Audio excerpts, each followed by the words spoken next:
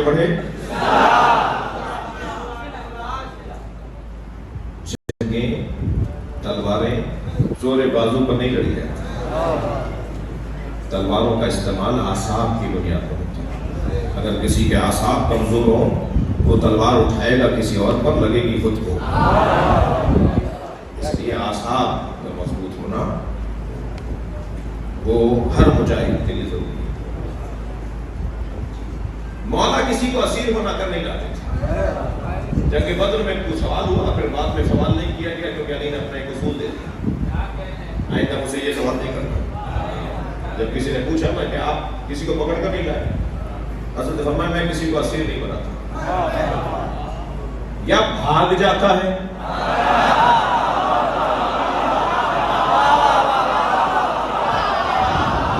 اور علی کی کرامت کا حصہ تھا کہ بھاگنے والے کو موقع دے دیتے. اس لیے کہ جو بھاگ رہا ہے، جملہ سنیں گے، یہ ساری سوچ کر تیاری کر کے جملے عرض کر رہا ہوں آپ سے. اس لیے کہ جو بھاگ رہا ہوتا ہے اس سے زیادہ مجبور کوئی نہیں ہوتا، اور علی کا کام نہیں ہے مجبور پہ ہاتھ اٹھانا.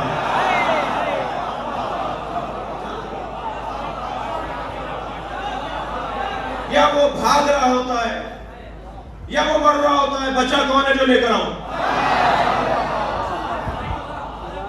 فرماتے ہیں یا میں مار دیتا ہوں یا بھاگ رہا ہوتا ہے تو میں اسے چھوڑ دیتا ہوں. تو اسیر کس کو بناؤں؟ یہ جنگ بدر میں مولا علی نے اپنا اخلاق ہوتا ہے. میرا اخلاق جنگ یہ ہے. آ گئی جنگ احد، بڑا تجربہ ہو گیا کافروں کو کہ بھائی مزاج علی تو سمجھ میں آ گیا، اب ہمیں اس جنگ کے اندر آسانی ہو جائے گی. تو انہوں نے مسلمانوں کا مزاج تو سمجھ لیا تھا، علی کا حساب لگانے میں ناکام رہے. لہذا جنگ احد کے اندر میرے مولا علی نے جو جنگ احد کے منظر ہیں، ابو سفیان نے جا کر کہا بنی مخزوم سے. بنی مخزوم کون ہے؟ بنی مخزوم وہ ہیں کہ جو جنگ احد میں جس قبیلے کے پاس مشرکین کا پرچم تھا وہ بنی مخزوم تھی جنگ احد میں. تو یہ گئے اور جا کر کہا کہ پرچم ایک قبیلے کو نہ دو. جنگ کے میدان میں اس وقت کوئی 18 یا 20 قبیلے مل کر آئے تھے. کہا کہ جنگ کے میدان میں ہر کچھ دیر کے بعد پرچم بدل دو اور اعلان کرو کہ اب پرچم فلاں قبیلے کے پاس. علی یہ 20 قبیلوں سے دشمنی نہیں لے گا.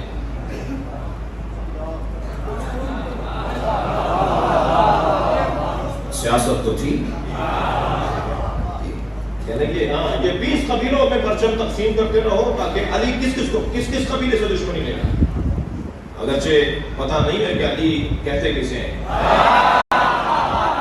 علی ساری دنیا سے دشمنی لے سکتا ہے اللہ کی خاطر، مزاج ہی کچھ اور ہے. لیکن ہے کہ یہ پرچم بدلتے رہو. انہوں نے کہا نہیں کہ ہم اپنے پاس اتنا بڑا ہمیں اعزاز ملا ہے، ہمارے لوگ زیادہ ہیں، ہمارے قابل لوگ زیادہ ہیں، ہمارے جنگجو زیادہ ہیں، ہمارے تلوار باز زیادہ ہیں، تو ہم کسی اور قبیلے کو کیوں پرچم دے دیں، ہم ہی رکھیں گے. اس وجہ سے ان کا نقصان یہ ہوا کہ مولا نے ان کے 13 پرچم دار مار دیے. وہ ایک مرتا تھا دوسرے کو دیتے تھے، علی اسے مارتے تھے. کسی نے پوچھا کہ احد میں آپ میدان میں برق کی مانند کبھی کہیں نظر آتے تھے کبھی کہیں نظر آتے، تو اس کا سبب کیا تھا؟ حضرت فرمانے لگے کہ میں احد میں پرچم داروں کو ڈھونڈتا تھا، پرچم گر جائے گا تو جنگ ٹھنڈی پڑ جائے گی.